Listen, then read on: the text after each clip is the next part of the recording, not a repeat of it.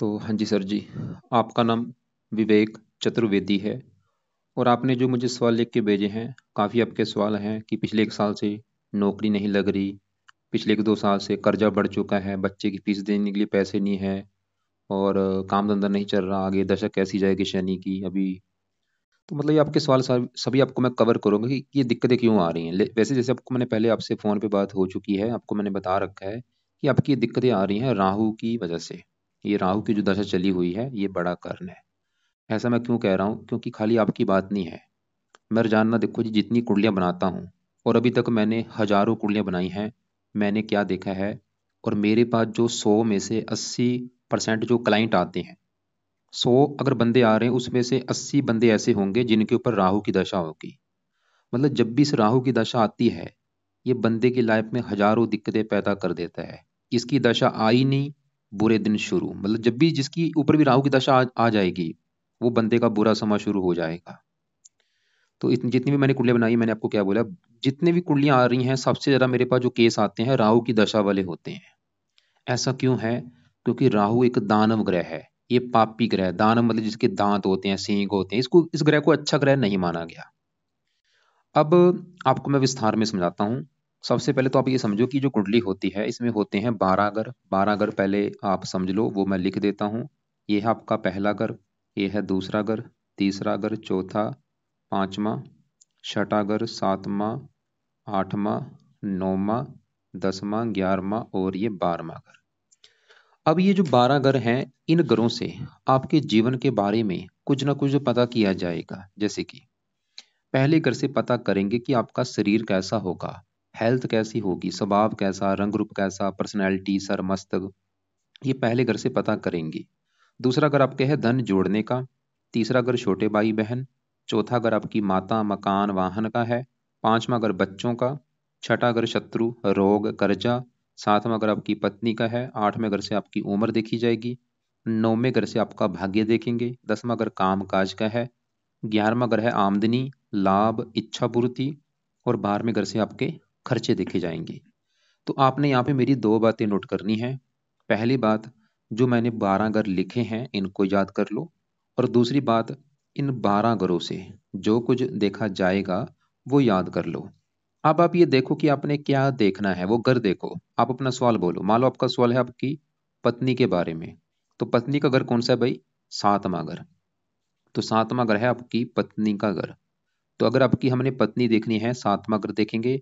और सातवें घर में एक नंबर लिखा है 6। 6 है कन्या राशि। कन्या राशि का मालक है बुध। तो आपकी पत्नी के लिए हमें बुध को देखना पड़ेगा। ऐसे ही अगर आपकी मान लो उम्र देखनी है, आठवां घर देखेंगे। आठवें घर से उम्र देखी जाती है। और आठवें घर में नंबर लिखा है 7, जो कि है तुला राशि। माल किसका बना? शुक्र। तो आपकी उम्र देखनी है, हमें शुक्र को देखना पड़ेगा। तो आपको देखो जी, मेरा कहने का मतलब समझ आ रहा होगा कि जो कुछ देखना है हमें कुंडली में, वो घर देखना है। और घर का जो मालक है वो मालक देखा जाता है कि वो घर का जो मालक है वो कहाँ बैठा है, अच्छा है, बुरा है। एक बात और नोट कर लो, ये 9 ग्रह जो होते हैं, अगर अपने घर में बैठे हैं बहुत अच्छे फल देते हैं, दोस्त के घर में बैठे हैं फिर भी अच्छे फल देते हैं, उच्च के बैठे हैं फिर भी अच्छे फल देते हैं। लेकिन अगर ये दुश्मन के घर में चले जाएं या नीच के चले जाएं तो अच्छे फल नहीं देते। अब ये जो 9 ग्रह हैं, 9 ग्रहों का जो असर है, मतलब जो आपका, जैसे कि देखो जी, आपके ऊपर आज भी बुध का असर है, आज भी शुक्र का असर है, सभी ग्रहों का आज भी असर है। लेकिन इनका जो असर है वो कई गुना बढ़ जाता है जब इनकी चलती है दशा। ये जो राहु है, इसका आपके आपके ऊपर बचपन से असर है और लास्ट तक रहेगा, आपके बुढ़ापे तक। लेकिन इसका असर आपके ऊपर कई गुना बढ़ेगा जब इसकी चलेगी दशा। मतलब दशा में क्या होता है, जो असर होता है वो कई गुना बढ़ जाता है। आपके ऊपर आज भी शनि का असर है, लेकिन अभी जो शनि की दशा चलेगी उसमें असर, शनि का जो असर है वो कई गुना बढ़ जाएगा। तो दशा में क्या होता है, इनका जो असर है वो बढ़ जाता है। अब आपके ऊपर जो सबसे बड़ा असर है वो है इस गुरु ग्रह का, क्योंकि गुरु की चली है महादशा, 9 से चली है और ये 5 महीना भी 25 में खत्म होगी। तो सभी ग्रहों में सबसे ज्यादा आपके ऊपर असर है गुरु ग्रह का।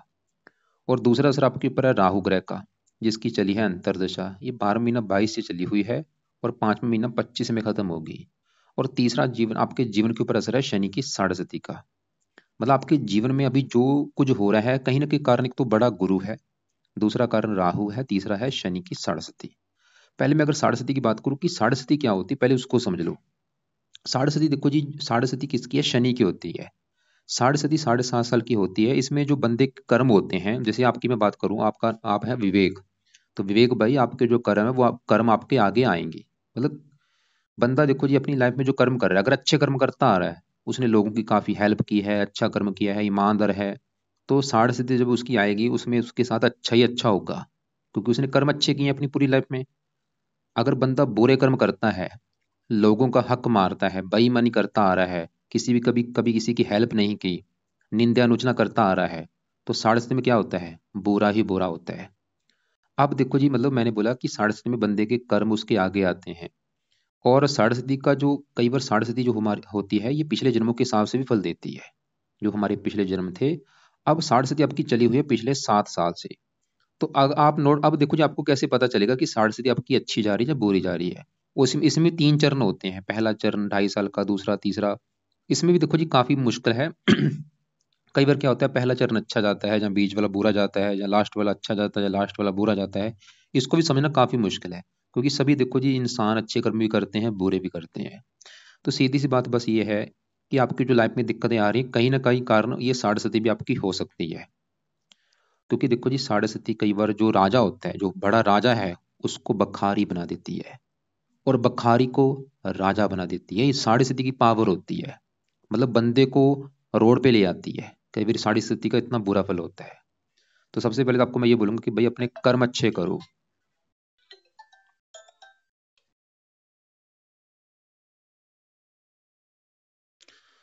अब साढ़े सती आपकी देखो जी पिछले 7 साल हो चुके हैं, चलो अभी खत्म हो जाएगी मार्च में, मार्च 2025 में खत्म हो जाएगी। तो एक तो आप क्या करो, आप शनि की क्योंकि साढ़े सती है शनि की, तो शनि के उपाय शुरू करो साढ़े सती से बचने के लिए। तो क्या उपाय है? पहला उपाय है आप शनि मंदिर में जाना शुरू करो। अगर आपके घर के आसपास शनि मंदिर है, मैं बोलूंगा रोजाना जाना है। लेकिन अगर घर से दूर है, तो शनिवार को जरूर जाना है, और वहां पे जाके प्रार्थना करना कि हे शनि देवता जी, मैं आपके मंदिर इसलिए आया हूँ क्योंकि मेरे ऊपर आपकी चल रही है साढ़े सती, और मेरे से जो भी जाने या अनजाने में गलतियां हो चुकी हैं उनकी प्लीज मैं माफी मांगता हूँ। आपका जो बुरा फल मुझे मिल रहा है वो प्लीज वो ना मिले, मुझे अच्छे फल दो। मेरी लाइफ में काफी दिक्कतें आ रही हैं, मैं कर्जे में कर्जा मेरे सर के ऊपर चढ़ चुका है, मेरे पास नौकरी नहीं लग रही 1 साल से। अपनी प्रार्थना बोलो अपनी जाके कि मुझे शनि देवता जी प्लीज नौकरी लगे, मेरी दिक्कतें दूर हों, मुझे एक रास्ता दिखे। तो पहला उपाय क्या है? शनि मंदिर जाके प्रार्थना करनी है। दूसरा उपाय, रात के समय शनि चालीसा का पाठ पढ़ना शुरू कर दो। और ये पाठ आपने पढ़ना है रात के समय, रोजाना पढ़ना है, या इस पाठ की ऑडियो लगा के सुना करो। और फिलहाल तो ये 2 उपाय कर लो, तीसरा उपाय भी आप कर लेना, शनि का दान कर दिया करो। शनि की जो वस्तुएं होती हैं उनका दान किया करो। और ये दान या तो खाली शनिवार को कर दिया करो, या आप रोजाना भी कर सकते हैं, या हफ्ते में इसको 2-3 दिन कर दिया करो। और शनि का दान होता क्या है वो आपको मैं वीडियो अलग से भेज दूंगा। तो ये शनि के 3 आपने उपाय करने हैं, शनि मंदिर जाना है, शनि चालीसा रात को पढ़ना है या सुनना है, दान शनि का हो गया। वैसे और भी उपाय हैं, लेकिन मैंने आपको ज्यादा उपाय राहु के बताने हैं। अब देखो जी, हमने देखा कि बड़ी दशा गुरु की, जो कि आपका है बहुत बड़े लेवल पे अच्छा, गुरु तो आपका अच्छा है भाई, पूरे 100 में से 100% अच्छे फल देगा। इसको अभी मैं बाद में कवर करूंगा क्यों अच्छा है। और राहु की जो चल रही अंतरदशा, ये आपका है खराब, क्योंकि देखो जी मेन प्रैक्टिकल भी होता है। अब मैं आपको बोल दूं कि भाई राहु तो अच्छा है भाई, बल्ले बल्ले कराएगा आपकी, राहु जो है राहु की दशा चल रही, लेकिन आप तो बोल रहे हैं कि भाई साल से नौकरी नहीं लग रही, सोना भी बिक चुका है, तो राहु को कैसे हम अच्छा माने बताओ? मतलब ये राहु आपको कष्ट दे रहा है, सीधी सी बात है। 12 महीना 22 ही चली है दशा, पिछले पौने 2 साल हो चुके हैं, 2 साल ही हो चुके हैं। 2 साल से राहु की दशा चली हुई है भाई, अभी भी 5-6 महीने की पड़ी है। अब राहु जो है आपका यहाँ पे बैठा है, उसको विस्तार में सबसे पहले मैं ज्यादा आपको आपके राहु को कवर करूंगा। राहु देखो जी कहाँ बैठा है? 11वें घर में। और राहु के साथ देखो मंगल भी बैठा है, चंद्रमा बैठा है, 3 ग्रह आपके बैठे हैं 11वें घर में। पहले समझो 11वां घर है किसका? 11वां घर होता है लाभ का घर, इस घर से लाभ देखा जाता है, मतलब जो आप काम काज करेंगे उसमें आपको लाभ होगा या नहीं, 11वां घर है। 11वां घर आमदनी का भी होता है, आपकी आमदन कैसी होगी। 11वां घर बड़े भाई बहनों का भी है, इच्छा पूर्ति का भी है, और भी हजारों चीजें हैं, मित्रों का यहाँ से सुख देखा जाता है। अब देखो जी 10वां घर जो कुंडली में है, ये काम काज का होता है, मतलब आपने कोई काम काज कर लिया। 10वां घर है काम काज का, और 11वां घर है लाभ का, कि काम काज में आपको जो लाभ होगा वो 11वां घर है। और 11वां घर आमदनी का भी है। और दूसरा घर होता है धन जोड़ने का, कि कितना धन जोड़ेंगे। तो अब देखो जी 11वां घर मैंने बोला है लाभ, आमदनी, बड़े भाई बहन। अब ये अगर चीजें देखनी है, फार्मूला मैंने आपको पहले समझा रखा है कि घर का माल्क देखना है। तो 11वें घर में क्या लिखा है? 10 नंबर। 10 है मकर राशि, माल्क बना ये शनि। हमें आपके 11वें घर के माल्क शनि को देख के डिसाइड होगा 11वें घर के बारे में। और 11वें घर में बैठे चंद्रमा, मंगल, राहु, इन तीनों को भी देखना पड़ेगा। सबसे पहले यहाँ पे 11वें घर में मंगल की अगर बात करूं कि मंगल आपका कुंडली में अच्छा है या बुरा है, तो मंगल आपका मुझे बहुत बड़े लेवल पे अच्छा लगा है। क्यों लगा है? क्योंकि देखो जी, मंगल एक तो 11वां घर, जो कि 11वें घर को अच्छा घर माना गया है। और मंगल 11वें घर में यहाँ पे जो 10 लिखा है मकर राशि में उच्च का बैठा है। तो मंगल आपका मुझे अच्छा क्यों लगा है? क्योंकि ये उच्च का बैठ है। जो ग्रह उच्च के होते हैं बहुत अच्छे होते हैं। मंगल वैसे भी इस कुंडली में योग कारक है। और साथ में चंद्रमा की बैठा है, इसे कहते हैं मंगल चंद्रमा जब एक साथ बैठते हैं इसे कहते हैं महालक्ष्मी योग बना है। तो अब मंगल देखो जी, हमने देखा कि वो 11वें घर में उच्च का है, महालक्ष्मी योग भी बना है। अब अच्छे फल क्या देगा? सवाल ये है, मंगल इस कुंडली में, मंगल का जो अपना घर है वो है ये दूसरा घर। दूसरा घर है आपके धन जोड़ने का, कि आप कितना धन जोड़ेंगे, दूसरा घर देखेंगे। और फार्मूला है घर का मालक देख लो। दूसरे घर में क्या लिखा है? 1 नंबर। एक है मेष राशि, मेष राशि का मालक है मंगल, और वो बैठा है उच्च का। मतलब धन का मालक मंगल उच्च का बैठा है। कहाँ पे बैठा है? 11वें घर में, लाभ के घर में, धन लाभ। मंगल उच्च का बैठा है 11वें घर में, मंगल आपको धनी बनाएगा, आपको धन लाभ देगा। मतलब मंगल आपको जो अच्छा फल क्या देगा? आपको धन के मामले में अच्छे फल देगा, आपको अमीर बनाएगा, आपको करोड़पति बनाएगा, आपको लाखोंपति बनाएगा। मंगल ये दिखा रहा है, क्योंकि धन का मालक है, लाभ के घर में उच्च का बैठा है। और मंगल इस 11वें घर का भी, 9वें घर का भी मालक है, जहां से देखा जाता है भाग्य। आपका भाग्य देखना है 9वें घर से। 9वें घर में नंबर 8 लिखा है, 8 है वृश्चिक राशि, मालक मंगल। तो भाग्य से भाई उच्च का बैठा है, क्या होगा? आपको परम भाग्यशाली बनाएगा, आपका भाग्य कदम कदम पर साथ देगा, क्योंकि भाग्य से उच्च का बैठा है। तो मंगल हमने देखा आपका धन का मालक है, उच्च का बैठा है, धनी बनाएगा, भाग्यशाली बनाएगा। और 11वें घर का अच्छा करेगा, आपको लाभ देगा, आमदन देगा, इच्छाएं पूरी कर देगा, बड़े बड़े धन मिलेंगे, लाभ मिलेंगे। क्योंकि साथ में चंद्रमा भी बैठा है। लेकिन देखो जी, अभी जो मंगल के मैंने अच्छे फल बोले हैं भाई, वो आपको नहीं मिलेंगे, या मिलेंगे थोड़े से मिलेंगे। क्यों? मंगल को खराब कर दिया इस राहु ने। क्योंकि राहु मंगल आपस में दुश्मन है। ये जो राहु है इसने मंगल, यहाँ पे मंगल के साथ बैठने की वजह से दोष बना है, अंगारक दोष। वैसे ही यहाँ पे चंद्रमा भी अच्छा है। अब चंद्रमा की बात करूं, वो है इस 5वें घर का मालक, जहाँ पे 4 लिखा है, कर्क राशि, मालक चंद्रमा। संतान के घर का मालक है, संतान लाभ, संतान होने के बाद लाभ होगा, या संतान से लाभ होगा। और यहाँ पे जो योग बने महालक्ष्मी योग, ये आपको धनी बनाएंगे। अब दोनों को जो खराब कर दिया है राहु ने। राहु देखो जी, इनको क्यों खराब कर रहा है? क्योंकि राहु एक छाया ग्रह है।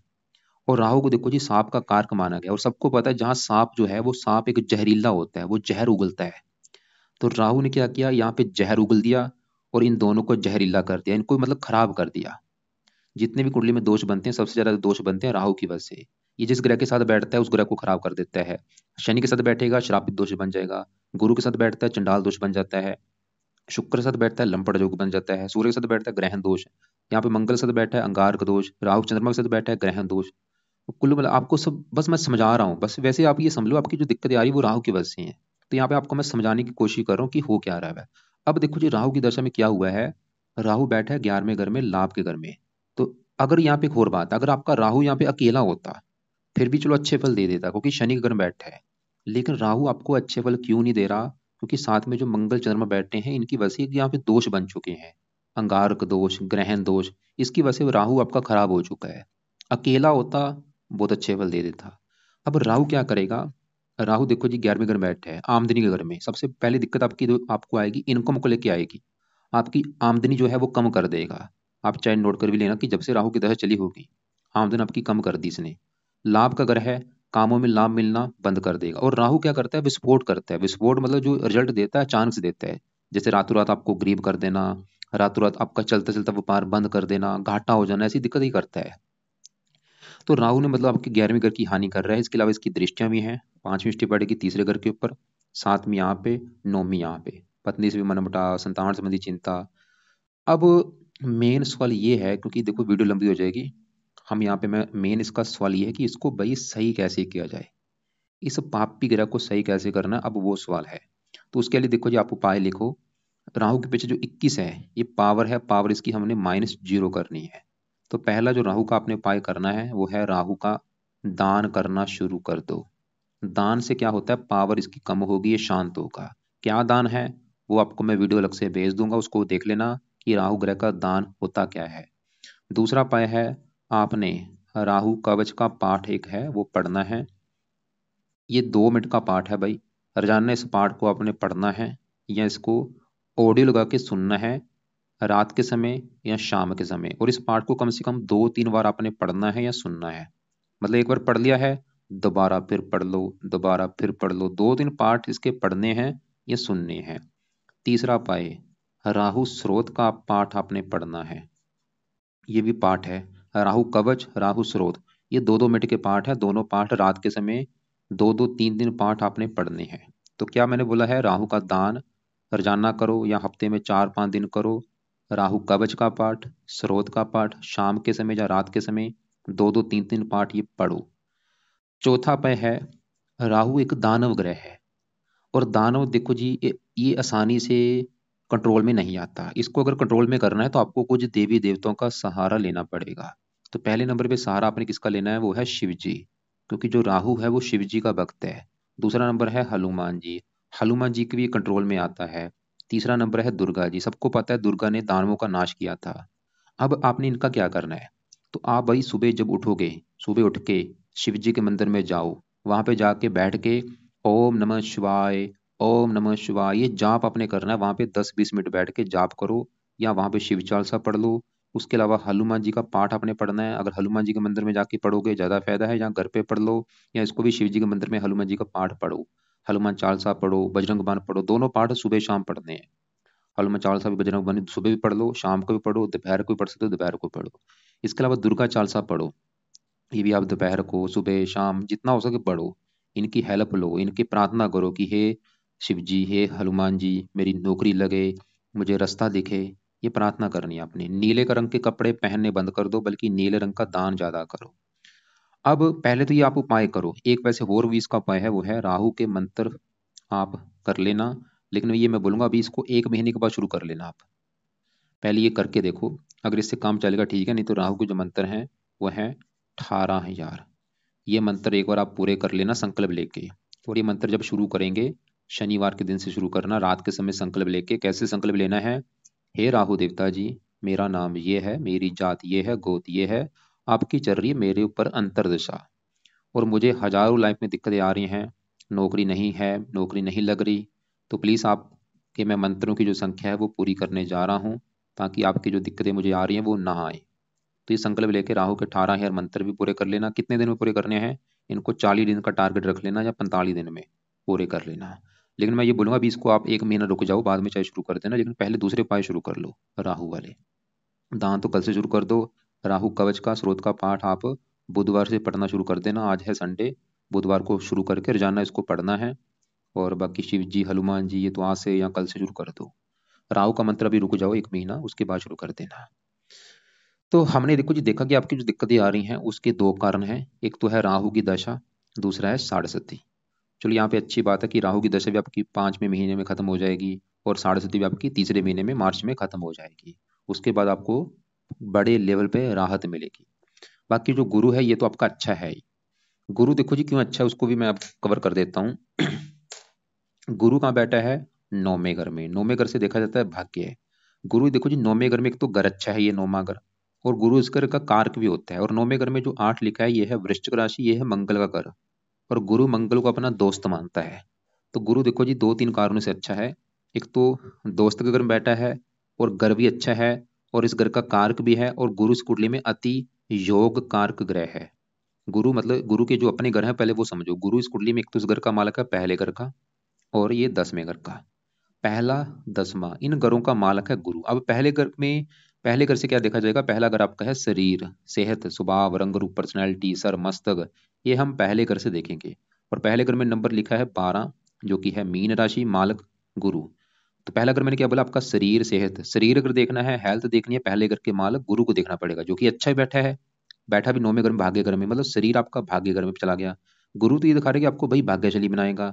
9वां घर धर्म का आपको धार्मिक बनाएगा, परोपकारी बनाएगा, विद्वान बनाएगा, आपको आपसे देश विदेश की यात्रा करवाएगा। और गुरु की 5वीं दृष्टि पहले घर के ऊपर पड़ भी रही है।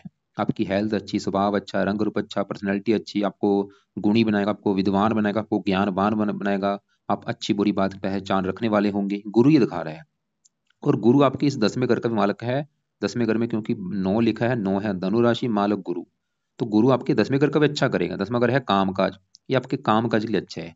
पिता पिता के लिए अच्छा है, भाग्य के लिए अच्छा है, सरकार के लिए अच्छा है। काम काज पिता, पिता का जहाँ आप काम काज करेंगे या पिता आपके काम काज में सपोर्ट करेगा। गुरु की 7वीं दृष्टि पड़ेगी यहाँ पे, 9वीं यहाँ पे, इस 5वें घर का अच्छा घर है, उच्च राशि है। गुरु हजारों अच्छे फल दे रहा है। तो गुरु हमने देखा जिसकी आपकी बड़ी दशा चल रही है वो तो अच्छा है, आज भी अच्छे फल दे रहा है। लेकिन जो गुरु, क्योंकि राहु दोनों आपस में दुश्मन है, गुरु में जो राहु का अंतर होता है ये अच्छा नहीं होता। तो गुरु अगर हाँ मान लो यहाँ पे किसी शनि में राहु का अंतर होता या और किसी में अंतर होता फिर भी चल जाता है, कि राहु गुरु में राहु के अंतर को अच्छा नहीं माना गया। तो गुरु देखो जी आपका अच्छा, लेकिन ये बैठा 3 डिग्री का बच्चे के रूप में बैठा है, इसकी पावर आप और बढ़ाओ। 3 को हमने 15 करना है, इसके अच्छे फल कई गुना बढ़ जाएंगे अगर इसकी पावर आपने बढ़ा दी। पावर बढ़ेगी कैसे? 2-3 उपाय हैं। पहला उपाय, आप इसका मंत्र जाप किया करो, पीले कपड़े ज्यादा पहना करो। वैसे इसका रत्न भी होता है पीला पुखराज, लेकिन अभी क्योंकि आप पहले ही कर्ज में हैं, तो मैं वो आपको बोलूंगा वो धारण भी मत करो। तो गुरु के लिए आपने क्या करना है, आज है संडे, अभी जो गुरुवार आएगा गुरुवार को सुबह के टाइम संकल्प लेके कि हे गुरु देवता जी, मेरा नाम ये है, जाति ये है, गोत्र ये है, आपकी मेरे ऊपर चल रही है महादशा, और गुरु देवता जी आप है मेरी कुंडली के 10वें घर के मालक। 10वां घर है काम काज का घर, और मुझे अभी काम काज का सुख बिल्कुल नहीं मिल रहा, नौकरी नहीं है। तो मैं आपका आज से मंत्र शुरू करने लगा हूं ताकि मुझे नौकरी मिले, काम काज मुझे अच्छा मिले।